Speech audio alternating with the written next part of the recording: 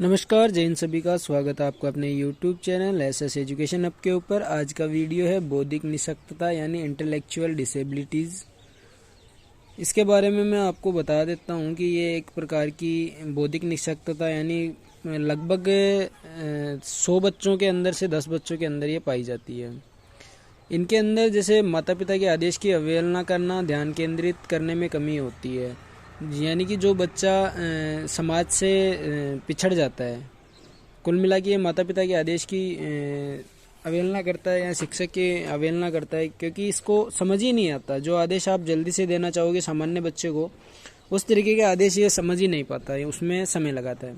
दिशाओं को समझने में भ्रम होता है, यानी अगर ये बच्चा एक रास्ते से चला भी जाता है तो उसमें समझ नहीं पाता है कि ये रास्ता वही है क्या। बोलचाल की भाषा का विकास देरी से होता है। स्पीच एंड लैंग्वेज तो इसका बिल्कुल कम होता है, यानी 60% ही होता है सामान्य से। हम उम्र बच्चों के समान कार्य नहीं कर पाता है। जो इसके समान बच्चे हैं यानी इसकी समान आयु के बच्चे हैं, उनके साथ ये तालमेल नहीं बिठा पाता है, यानी उनके परिप्रेक्ष्य कार्य नहीं कर पाता है जिस प्रकार से एक सामान्य बच्चा कार्य अपने समाज के अंदर जो भूमिका निभाता है वो ये बच्चे नहीं निभा पाते हैं। ये बच्चे समाज में समाज से अपने को अलग रखना पसंद करते हैं। अकेले रहना इनको पसंद है, बात करना इनको पसंद नहीं होता है। ये बच्चे हमेशा अपने को एकांत में ही रखना पसंद करेंगे। इसके साथ ही इनका जो अडेप्टिव स्किल या अडेप्टिव बिहेवियर जिसे हम बोलते हैं वो भी कंप्लीट नहीं होता है। जैसे देखिए इस बच्चे को कितने ध्यान से पढ़ रहा है ये।